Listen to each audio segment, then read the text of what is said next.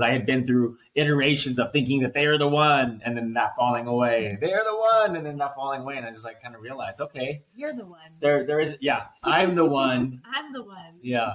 And from that space of not needing, but wanting to complement and wanting to, rise in love rather than fall.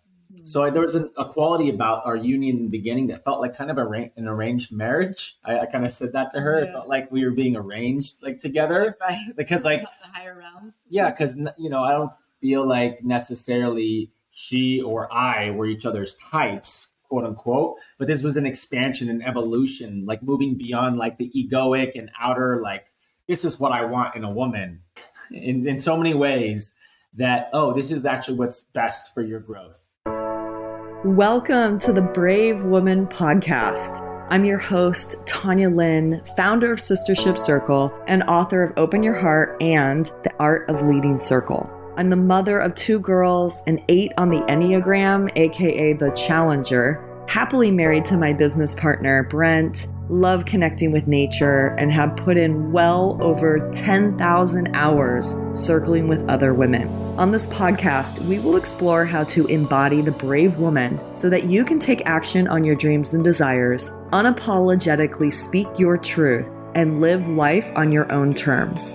Grab a seat and a cup of tea, and let's get started. Ooh, I'm so excited today for our very first conscious couple here on the Brave Women Podcast. Yay! And our second man. Like, we've only had one man ever here, so this is so exciting. And he's a very, very special man that I want everyone to know about his work and but also just have this example of what it looks like to be a conscious couple doing the work. And it's not without challenges, right? Like, it's definitely not perfect. And so I'd love for them to share their story with you and inspire you of what's possible when 2 beautiful souls find each other and meet and do life and all the things together. So welcome, Davana and Aubert. I'd love for you. Yeah. I'd love for you to both just share a little bit about yourselves and then also your journey of how did you meet and how you together and all the things. Perfect. Yay. Well, I'm Davana, and I am a mama of 2 boys, 2 wild boys, Cairo and Nature. I'm also pregnant with our 3rd baby, 28 weeks pregnant. And I love to sing and dance. I love the flowers and the plants and the trees. My name, Davana, is a flower that grows in India that helps facilitate my spiritual awakening and put me on my path of healing, of working with plants as medicine, and of working with women who have suffered abuse or are coming out of abuse, and to start holding space for women to come together to share and heal and learn and grow together and connect to the goddess within. I'm also a radical birth keeper, and this is a new path I'll be stepping into, holding space for women in the birth portal. Beautiful. And Davana, her ritual, her flower ritual is in the Women's Circle Ritual Handbook. So we'll definitely put a link to that for the spring ritual handbook in the show notes. So yeah. Beautiful. I know. My name is Aubert Bastiat. I'm a husband to this queen. I am a father, a mentor, a somatic space holder, community leader, and I am a co-founder of Sacred Sons. We are an organization, a movement, a brotherhood of sacred masculinity, where we are reorienting to the sacred within and recognizing that all life is sacred, really. And so coming into that deep knowing within our hearts and leading from that space of inner trust and masculine penetration. We're here to penetrate the world with our love and our devotion to life. And I could just feel that in your words and the way in which you speak with such purpose. It's so, yes, it's so incredible, the work that you're doing and the space that you're holding for the men. And we'll have the Sacred Sons links in the show notes as well. So sisters, this is the organization to send your men to, for sure. It's a super powerful group of men holding space. So yeah. And tell us your story of how this sacred union has come to fruition. She had the first reaction. Okay. So in 2014, I left a relationship that was emotionally abusive, psychologically abusive, very deep, very insidious. Didn't know what I was in until I left, pretty much, and then went on my healing journey and started putting all the pieces together.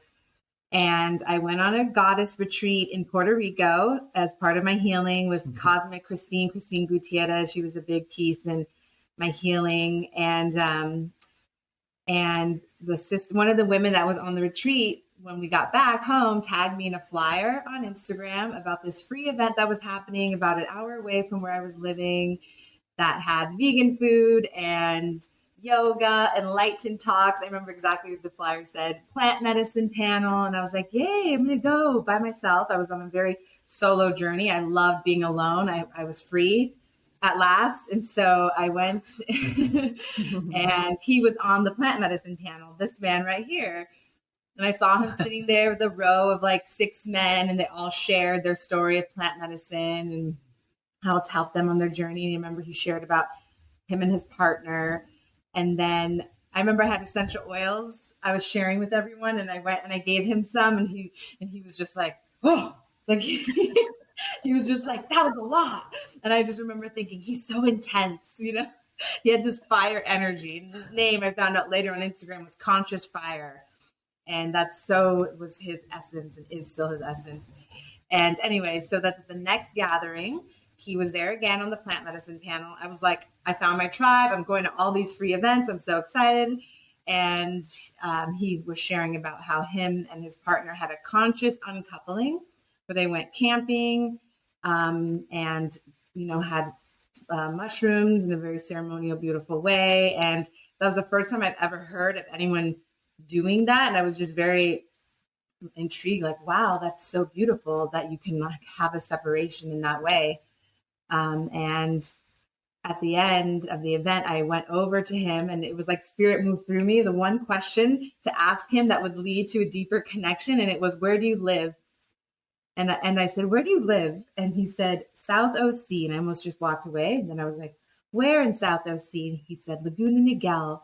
And that's where I was living. And so I was like, well, I live there too. And no one lives there. It was like, I was living with my mom after the relationship. He just sold his house, was with a random roommate on Craigslist.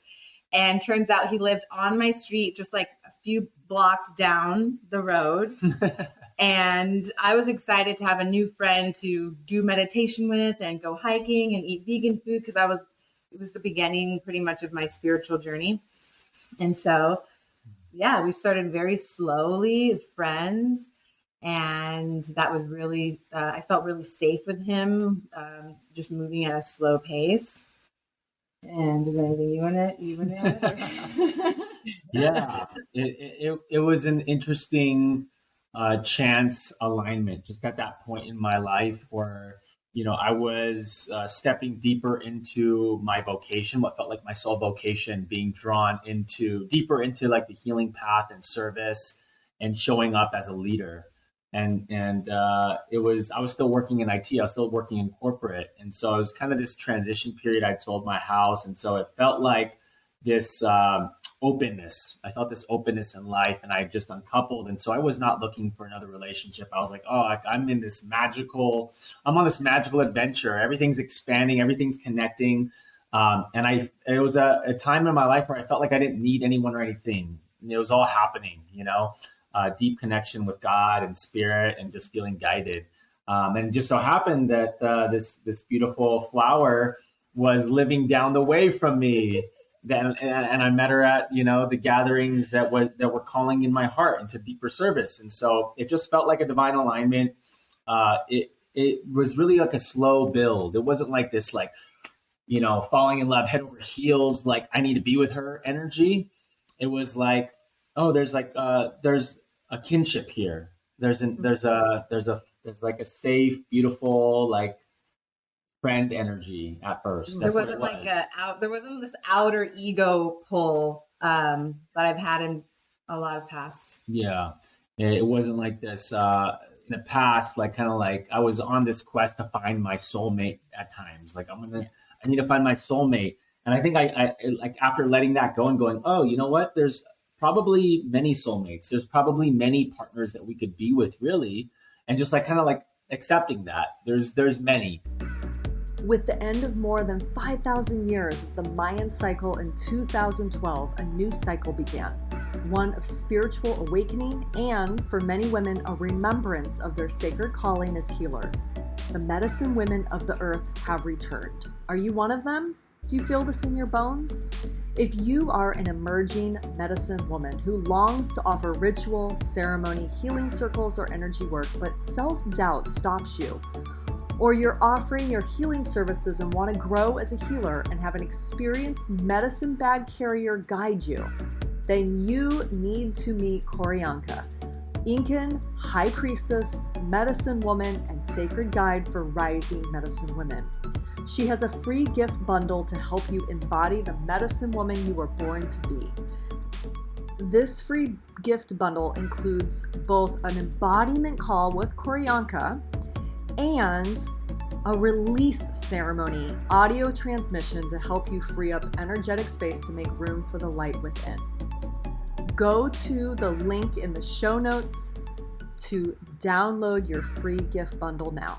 I had been through iterations of thinking that they are the one and then that falling away. They're the one and then that falling away. And I just like kind of realized, okay, you're the one. There is, yeah, I'm the one. I'm the one. Yeah.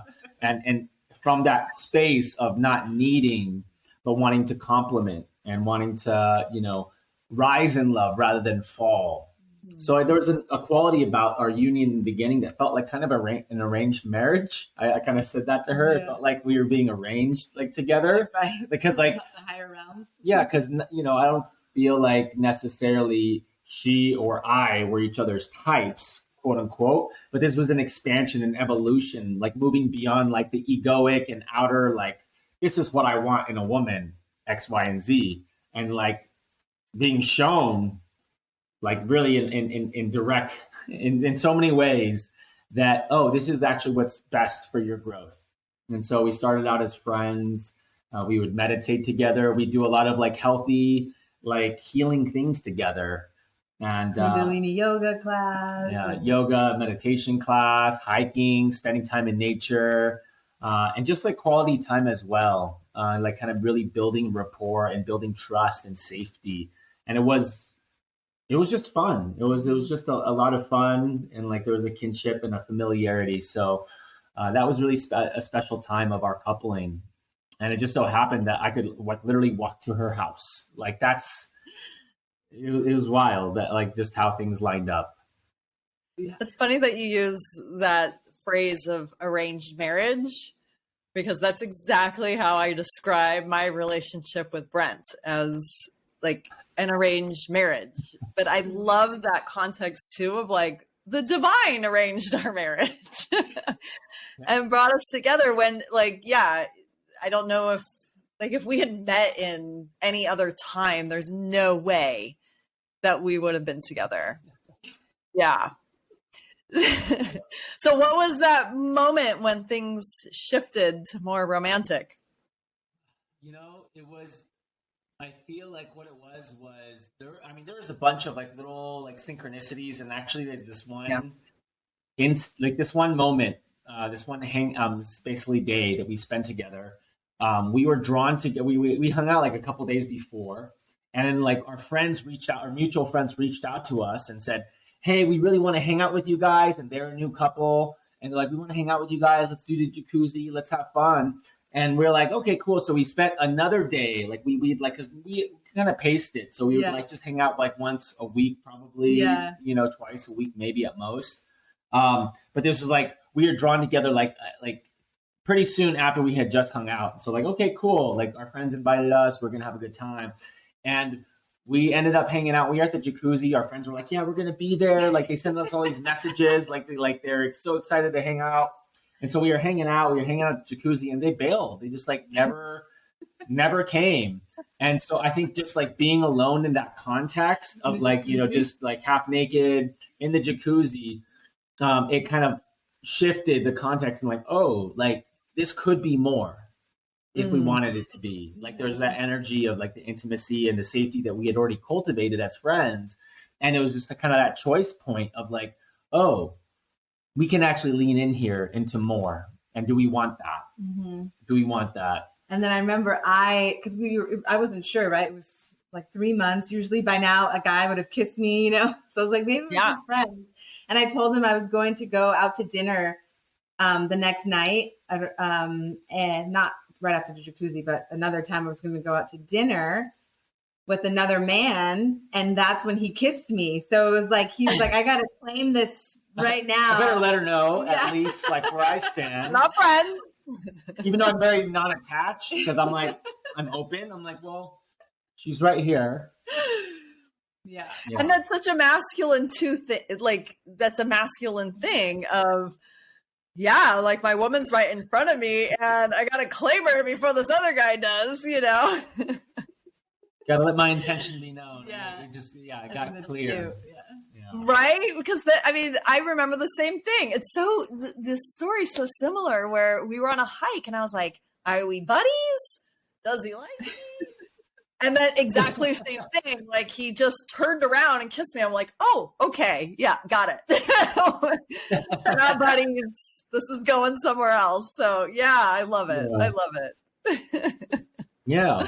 And so that evolved and just changed everything. We started deepening. And it was an interesting path knowing, you know, what she had been through prior to me, and just kind of I had an awareness of what she needed. And like, that was like, for me, what I felt was to not rush it, to not have her feel rushed, to have her feel spaciousness and freedom and sovereignty to do her own thing too. And so I was very like, I feel like slow to like, I was slow with it. Yeah. And so with the development of your organizations, tell me a little bit about that. Like, when did that come about? Because it's so interesting that you're doing men's work and Davana's been doing the Sacred Circle work. And did that kind of come together? I'm curious about that. Yeah. So when we were still in Laguna Niguel, I was getting messages and feeling inspired to start having women's circles.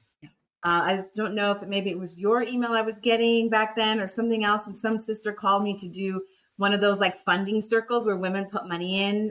They were going around. They were really popular. Yep. And I remember seeing like, I do not want anything to do with that kind of circle, but found sistership. Yeah. And we ended up moving to the Central Coast together, which was actually scary for me because it was less than a year of knowing each other. And so that was a trigger for me because I was like, wait, now this is going too fast. I need to be with a man for like 5 years before. So a lot was coming up that maybe we'll get into later about the fear that I was having in getting into a deeper relationship with him from my past trauma. It was definitely a big journey for me. But so I did beautiful How to Lead Circle. And that was in 2016 or 2015. Yeah, 2016.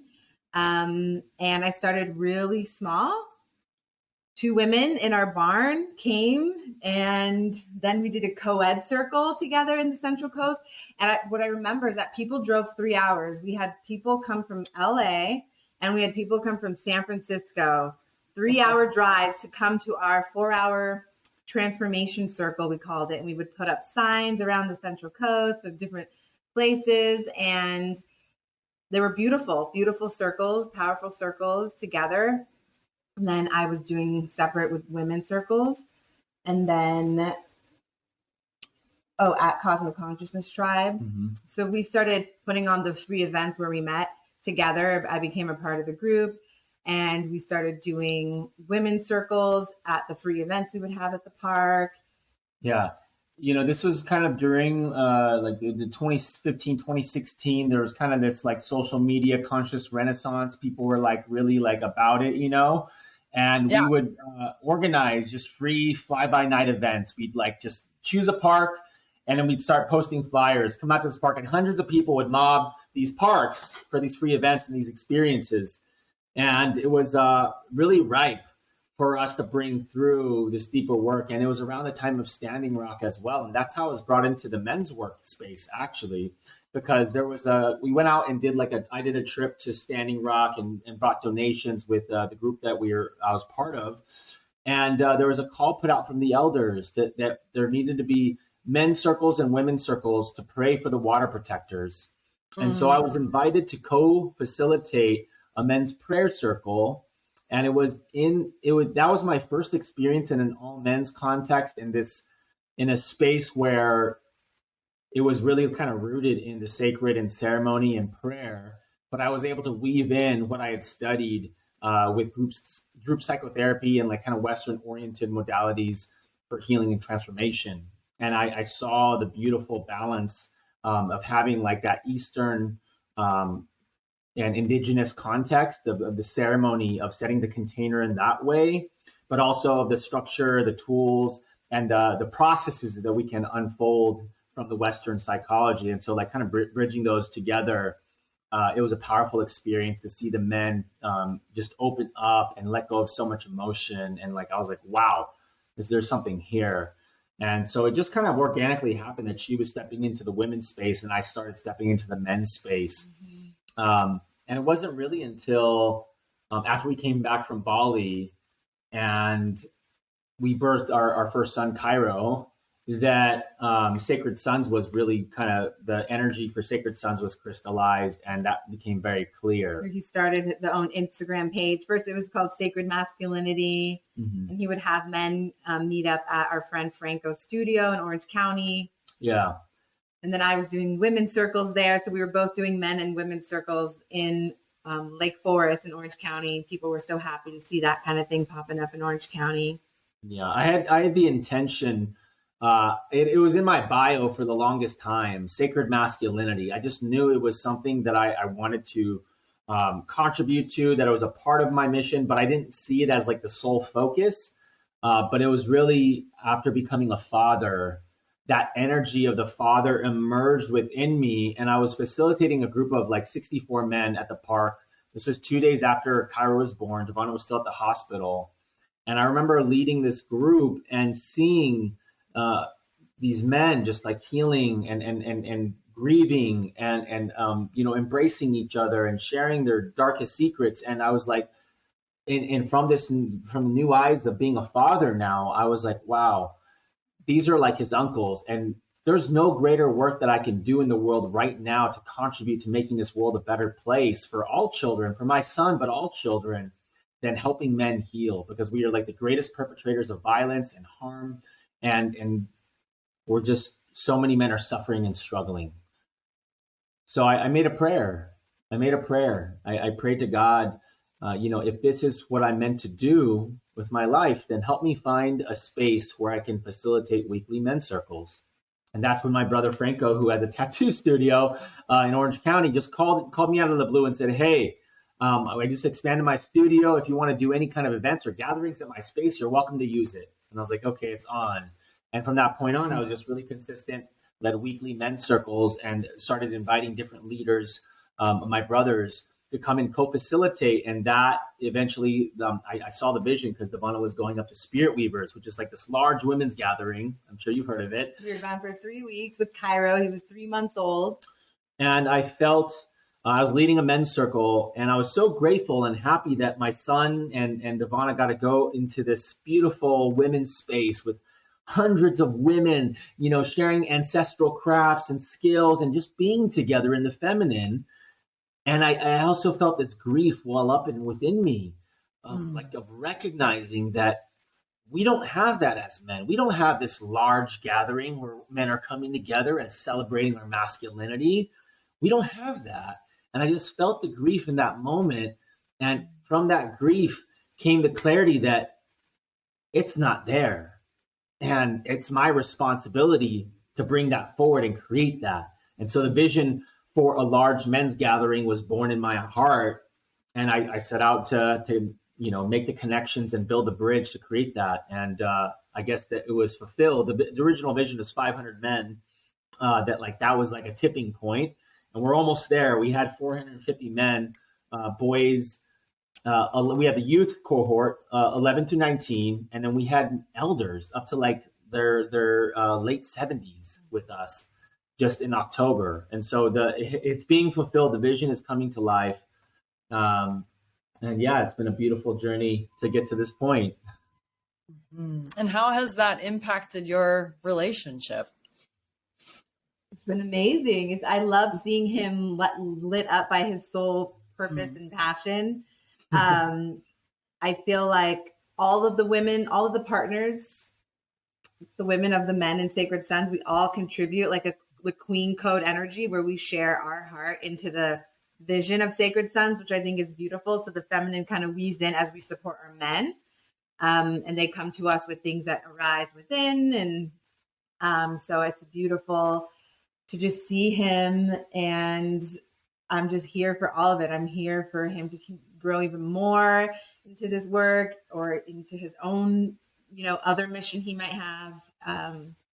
And we've just been holding each other in our journeys together so beautifully. Yeah. And so now you're about to give birth to the third child. And what feels like it's coming through now in your relationship and work and everything? Yeah. Well, last year for me I intentionally called it. I'm like, this is going to be my year of rest. This is going to be my sacred pause year because it's been 7 years essentially since starting the women's work and my own healing journey woven in and giving birth twice. And every 7 years we must let the land rest, right? It's in the Bible. So I feel like that was my year last year, was to rest and replenish and integrate and just listen to what wants to come through next and let go if I need to let go. And I find out I'm pregnant halfway through the year, which just made sense to just continue to rest and to let go and to make space for what wants to be birthed through next. And so I got the message pretty much at the end of the year that it's time to let go of the way of Sacred Sisters and the way it has been moving.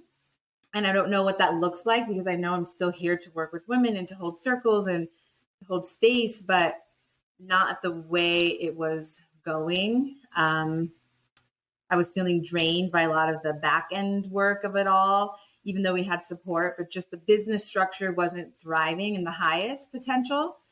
And now I'm also being called. Last year, I did a year-long Ayurvedic program with Shakti School, and I did the Radical Birthkeeper School the year before that, and I did Innate Traditions postpartum. So I've been building my education for birth and postpartum.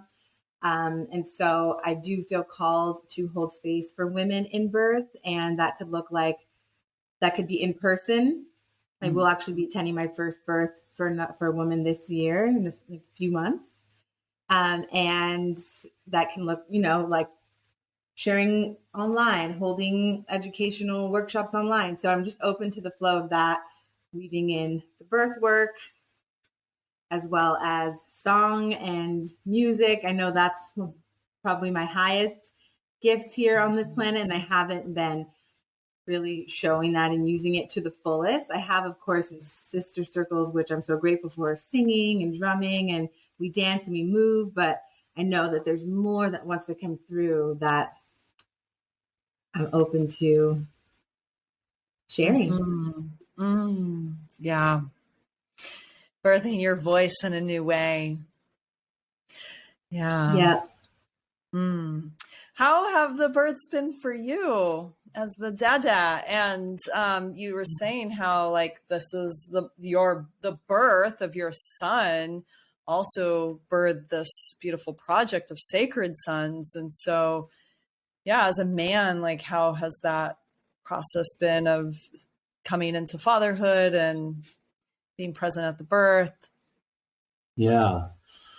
So the birth of my first son, Cairo, is different from the birth of our second son, Nature. I was on the road while Davana was at the hospital, and she underwent an emergency cesarean, and so it was I wasn't even present for the birth of my first son. And I wasn't either because I was sleeping, general anesthesia. Yeah. So we were both weren't there.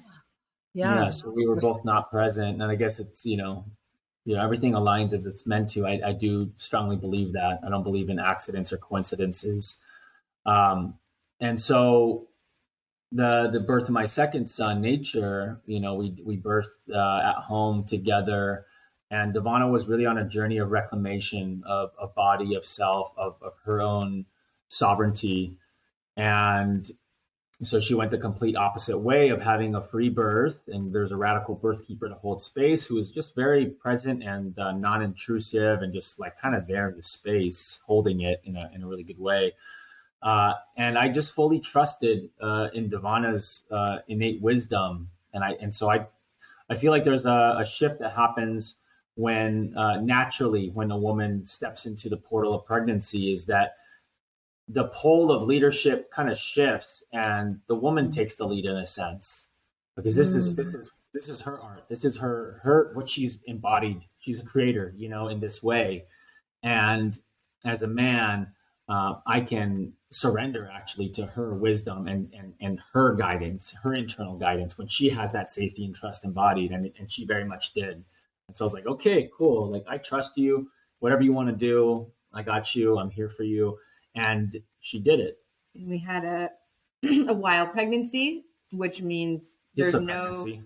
Oh, yeah, now we have to have these terms. But yeah, we basically have no appointments of any kind. I had no doc. I didn't even take a pregnancy test. I didn't pee on a stick. I didn't have one appointment of peeing in a cup or checking my blood pressure or blood tests or any of that. I went full primal ancestral, the way the women did it hundreds of years ago before the medical industrial system. And I had to just tap into that trust and that knowing of my body. All the women that birthed before me, it was basically like 9 months of the deepest prayer of my life. And he just respected my choices, which I know could be hard. I know a lot of women, I've heard that their partners do not support at all, if they want to have a home birth, even with a licensed midwife. They have so much fear, and that actually really interferes with the birthing process for the woman and the baby. So I was grateful that he was able to just hold space and step back and let me make every choice. And we had a beautiful birth at home, and it ended up being in the snowstorm here in Austin. We had a big snowstorm. We lost water for a week. He was born in the water. Then we lost water the next day, and we had no power. It was on and off, and we were on 10 acres in Dripping Springs, just coming back to the fire, coming back to the roots, melting snow in the bathtub to flush the toilets, and putting a pot on top of the fireplace to warm up the food. Wow. Beautiful. Yeah. And talk about really calling in all the circumstances for this wild birth, right? The exact opposite of the last one. Yeah. Just say that. It was wow. Yeah. And that contrast between the two, what did you learn from the contrast of at the hospital cesarean to then complete wild birth? Both of you. Yeah. So much. Do you want to share what you learned? Well, I think both, it was like the full spectrum of experience that we get to have as human beings, that we get to choose. it's ultimately up to the power of our choices and of which way do we want to go. And it's not to say that there are any choices right or wrong, but we do have the power to choose for ourselves how we want to bring life into this earth. And our ancestors have been doing it for lifetimes, since the beginning of time, in the way that we just experienced with nature. And it was beautiful. It was special. It was intimate. There was a bunch of people involved. We were in the hospital with the bright fluorescent lights and all that. And that's not to say that I didn't have a good. I felt like from where I was at with the first birth at Cairo, like it was a pretty good experience. They took care of us. This is not to talk down on the people that work within hospitals, the doctors and nurses. They do their best. I genuinely, they're doing their best that they can given their context. But what it showed me is that there's power in trusting, and it's not to say that if something, an emergency situation happened, we wouldn't turn to the hospital, because we would if that were needed. But I do believe that we've kind of outsourced a lot of our own responsibilities as human beings, and there's a cost in outsourcing our life and putting it into the hands of others, when it's like such an intimate, personal decision and experience. It's ceremony, and there's something very sacred about it. Just like the whole experience of creating life. This is a miraculous act. This is a reflection and a remembrance that, we really are made in God's image. That we are these magical beings that can create life through the act of our sexual alchemy. So why not honor it all the way through and trust in our capacity to bring life into earth and to receive this gift that's been gestating in the womb for 9 months.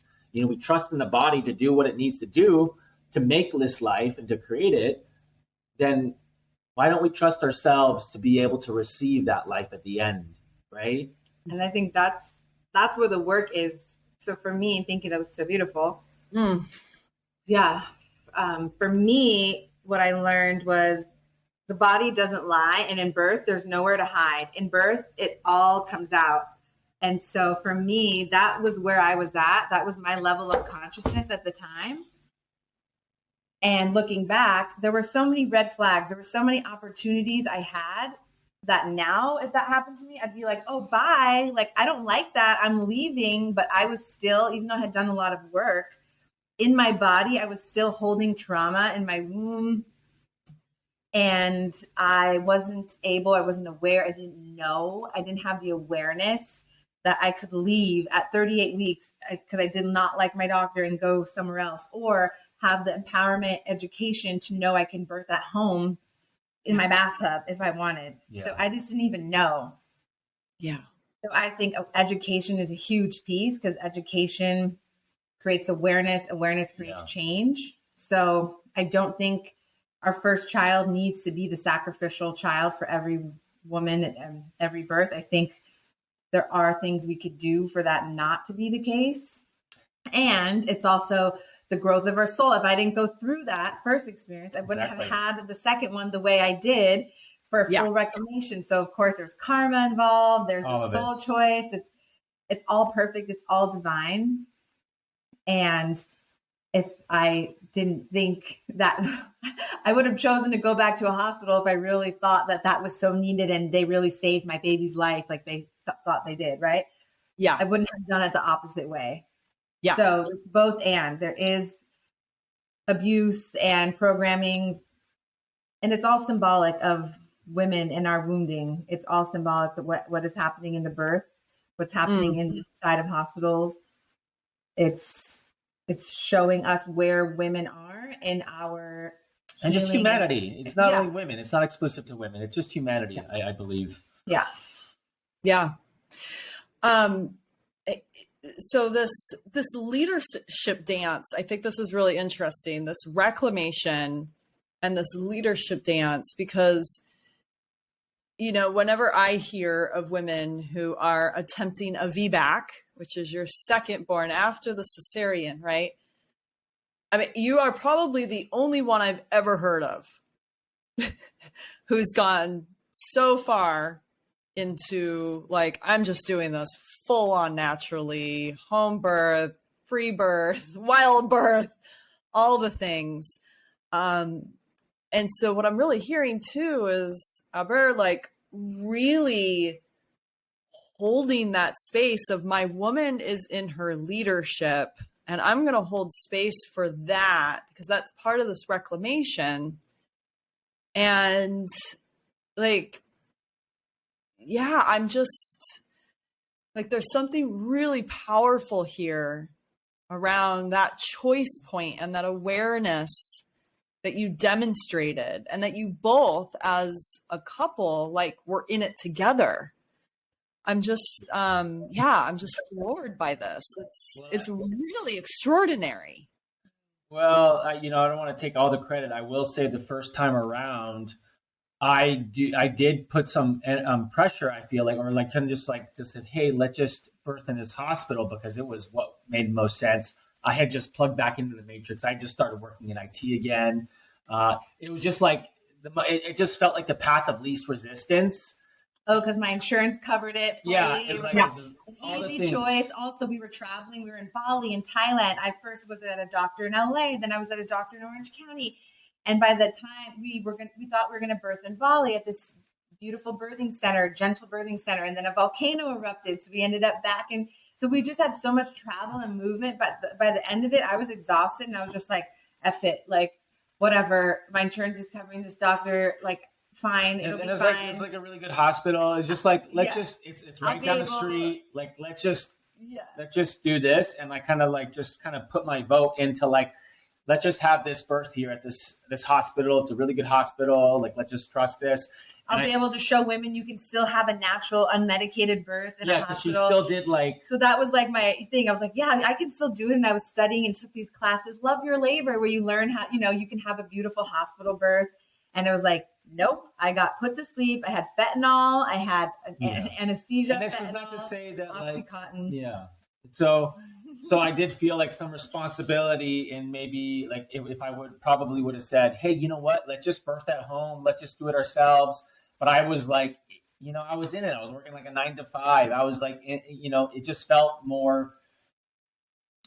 It's just where I was at in my consciousness was like, let's just do this. It made sense at the time. But it was also what was happening with the stars, the alignment. There was a birthing center I found when I was 37 weeks that was down the street from where we were living. And I called them and they're like, sorry, we don't take new patients after 36 weeks. And I was like, what? I'm 37. I'm fine. No, they're like, nope. So it was like, God was putting me in this hospital. Right. Yeah. So Yeah. But then the shift into like for the second birth is what I was meaning with the like really trusting the leadership in Davana, right? And that she got to really guide that process, and then the total trust and surrender, especially when it's like all odds are kind of against you of like, that's not how you do a VBAC.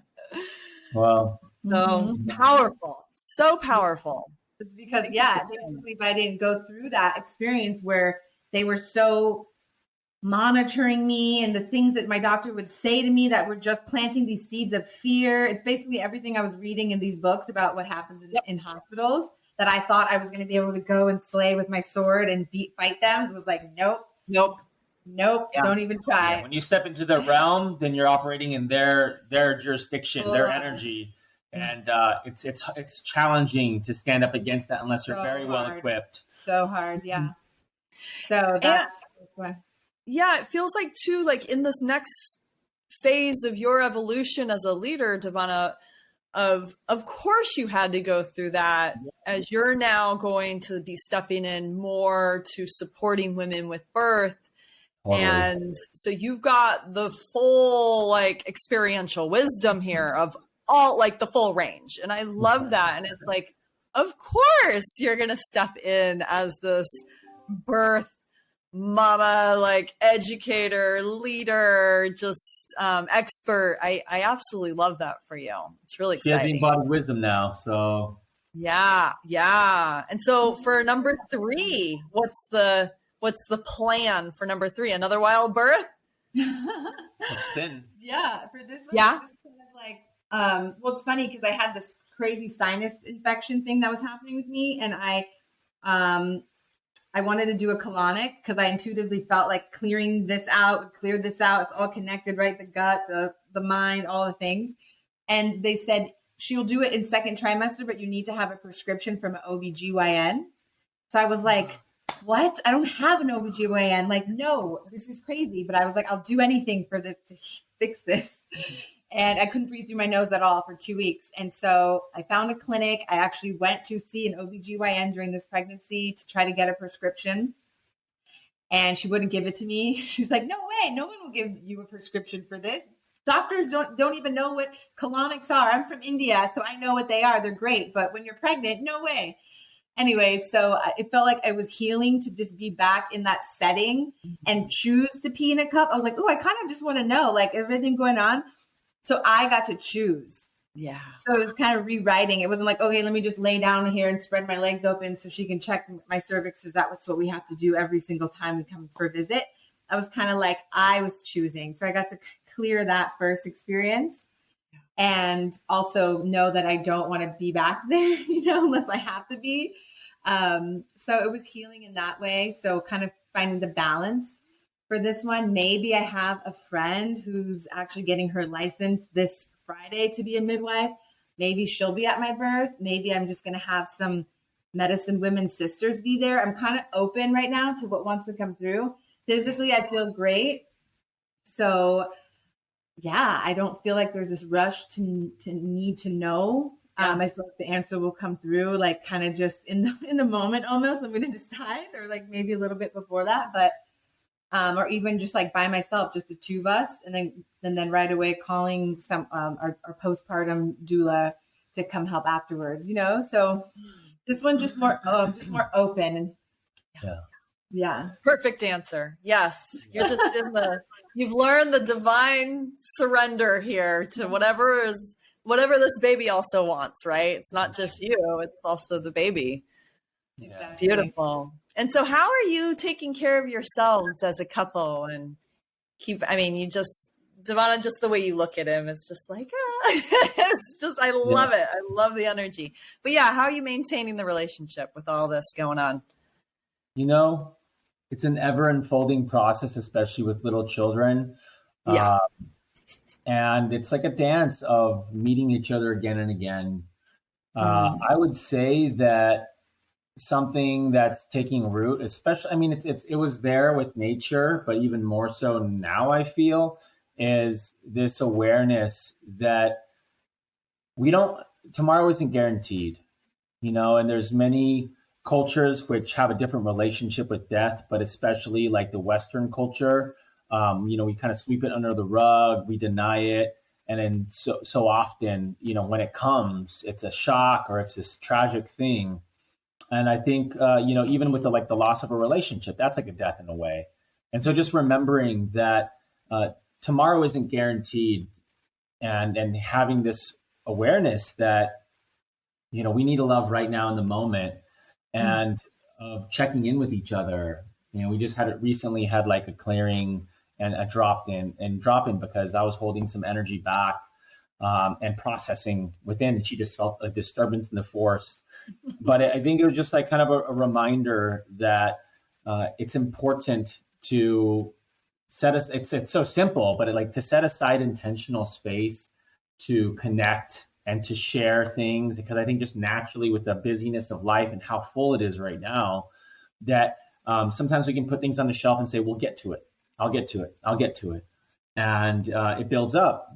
It can build up. And so I think right now, what's most important is just finding those little intentional moments to share intimacy, to share love, to express love, with the awareness that tomorrow isn't guaranteed. And I think that's like kind of been a hallmark through our a guiding point in our relationship of we actually let each other go before Kyra was born. We had an uncoupling in Bali, and that letting go was, I think, crucial for our relationship because we uncoupled. And ultimately, parenthood brought us back together. Like, nope, you're doing this. But it's like we learned so much in the letting go. We learned so much in embracing death and recognizing that that's part of the human journey and that's part of life. And so like we're in the winter season right now, and things are hibernating, things are falling away, things are dying. And that's also ways of being that maybe no longer serve us. And maybe there's a new way to approach things, especially our relationship. And so I feel like we're coming into a new season of maturity within our relationship, of recognizing that now is all we have, and to really cherish each other. And I'm making a greater effort. Just like recently, I'm like, okay, I'm going to make an effort to love her as she needs to be loved. Not how I perceive or think that she wants to be loved, but I'm going to lean in to really checking in and giving myself. Because sometimes I think as men, we can kind of get stuck in ways of doing things. And maybe just as human beings, we can get stuck in the ways of doing things our way or how we are, not just how I am. But we're always changing. We're always growing. And especially if we put intention behind it, then we can really make those shifts that are needed to recalibrate our relationship, to come into greater alignment, greater harmony, greater peace and joy. So for me right now, just being more intentional about expressing my affection, about expressing my love, and about checking in to see, hey, where you at? How you feeling? Beautiful. Yeah. And that's definitely something we get to work on, I think, is our time, like just him and I.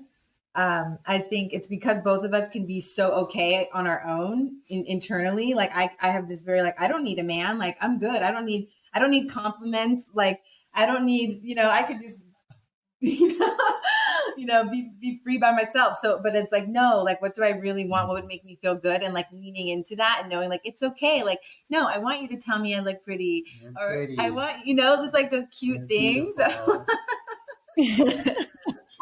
or I want to be touched more, where it's like I could just be like, okay, well, he's busy, I'm going to be busy too. Like I'm, and just kind of like go our own, like, because there's always so much to do with the boys, with the kids. We could just be like, what are they with work, with everything? Ships passing. What's that saying? Like two ships just passing in the night. Yeah, we could kind of get into that flow. We can. Yeah. But I'm just really survival inspired. for a minute. It was survival, just like just in because there's so much, including like holding space for my mother who has dementia. She's living with us. Oh yeah, that's for the been past 4 years. I have a lot of one-on-one clients doing Sacred Sons and leading this work, and 2 young boys and everything in between.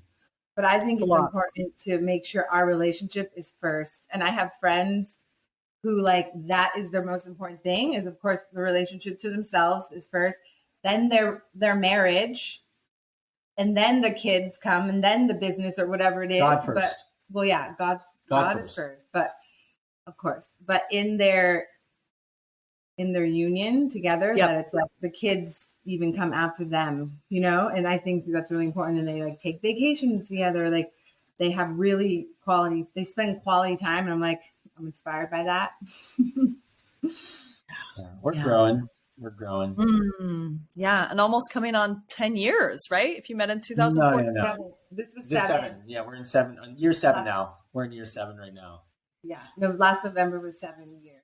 Yeah, we're in year 7 right now. Yeah. Oh, beautiful. All right. So last question is, what does it mean to be a brave woman? I mean, Davana, you definitely have exemplified it.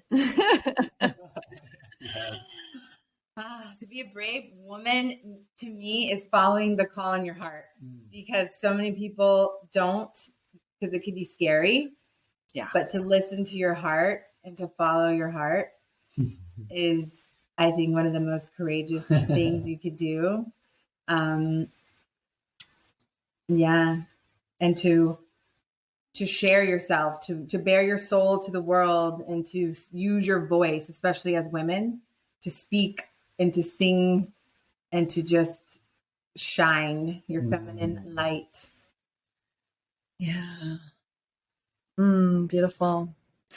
Well, thank you, you two, for bringing your love and light to the world, and bringing yet another beautiful soul into the world, and all of your work that you do and the evolution of your work. And I just want to bless both of you. Thank you so much. This journey that you're on. And thank you for coming and sharing your experience, your vulnerability here with our community. Thank you, Tanya. Thank you so much, Tanya. It's been an honor. Up next, how do you structure your life and business around your soul gifts? That's what we're discussing in the next episode with my longtime friend, Melissa Seaman, Stanford-educated lawyer turned intuitive executive coach for creative geniuses.